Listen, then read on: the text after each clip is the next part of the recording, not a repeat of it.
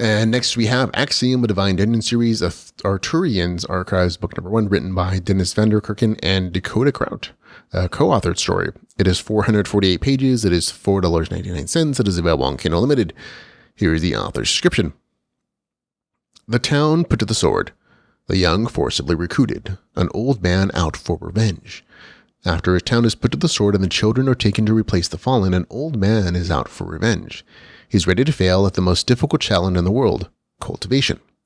Too corrupted to even take the first steps, the sly old elder simply agreed with those who told him that it was impossible. Then he quietly ignored them, rubbed his hands together, and started anyway.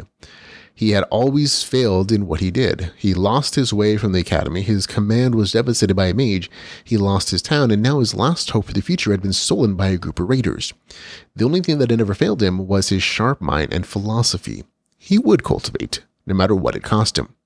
A lifetime of failure can dull and dampen a soul. A reason to live, a goal, can change that in an instant. It is always darkest just before the dawn. So there we go. Interesting notes there in the novel description. I like this story. I did not like it as much as the Divine Dungeon series, and I keep reading that in some of the other reviews. I don't. This says I should preface this by saying just about everybody really liked this series, and I like it as well. I don't think as many people liked it as much as the Divine series, just like I didn't. And that might be because because so many people really love that series. It's beloved by the liturgy community in general. And like, so there are already going to be high expectations for this novel because it says the Divine Dungeon kind of story on here. So if you're expecting a Dungeon Core story, don't read this. This is going to be a disappointment for you. If you're expecting essentially anybody from the main series, just the main character, and you might not recognize him because he's a little less powerful than he's there. So just go into this knowing that this is a independent story. It's set in the same universe. Just disconnect from your mind that series is this is a different part of the world, different world. There are similarities, like the world rules sort of work still, so just be aware of that though. So the review, I read part of the story as a short story initially. It's in the Divine Dungeon short story collection anthology thing that they did not that long ago, and so I kind of knew what I was getting into from that short story, which is good, because the beginning of this novel doesn't feel like it's related to the Divine Dungeon series at all. It doesn't even feel like it's liturgy or cultivation. It feels like a fantasy story.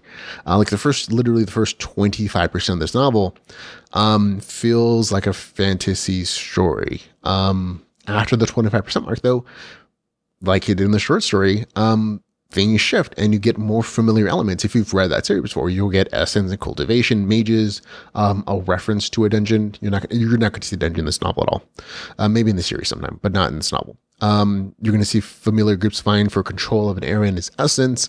So more of those familiar concepts come back in the story after that 25% mark. But just reading that first 25%, like, oh, this is And if I hadn't read that short story kind of prepping with that, I would have thought this was just like this weird story that snuck in under like the Divine Dungeon series, banner or something. But after that point, it does get more familiar in that respect anyways.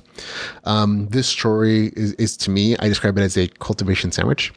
There is a huge amount of like story progression and character development in the first quarter of this novel. Then there's major cultivation in the middle, and then at the end there's more story and there's more conflict and there's resolution of the big conflict, and the main character is a cultivator. Unfortunately, what that means is that this is not really a lit RPG story, and again, in the novel description or in the title description, it doesn't say it is, so it's not going to get a negative score for me. But just be aware that unlike the Divine Dungeon series, where there is a clearly understood and repeatable techniques to gain ranks in cultivation, which is just essentially RPG progression, that doesn't exist here in the story. The main character does his own thing. He does his own kind of cultivation, and it's very well and thoroughly described in this novel. Like literally, the middle 60% 90% of the story is just pure cultivation theory, pure cultivation. And like it's 2 years for the cultivation in this novel, right? So there's plenty of background information. And if that's what you love, you're going to have a great time with this. But none of it really has any kind of uniformity, has any kind of like really clear progression steps, or any kind of clearly defined power structure. There, in everybody else for the universe in the story, those same things from the writing story still exist. And so there are references to like, oh, rank F, level 2, whatever, right?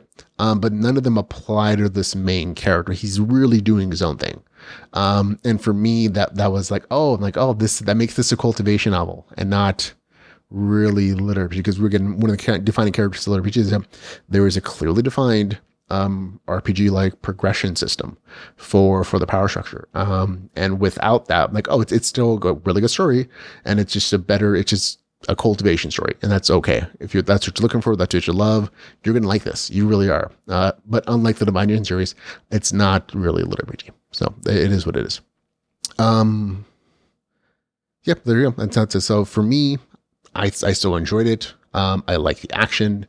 The cultivation I think there was too big of an infidump for me for the cultivation stuff. Like literally 60% of the middle section novel is just cultivation. That's why I said story, cultivation, story makes it kind of this cultivation sandwich for me. And that, like I said, still understanding, just didn't like it as much as the main Divine Dungeon series written by the same author, Dakota Crab. So for me, it gets score 7.4 out of 10. That's, like I said, a good score. I like the story.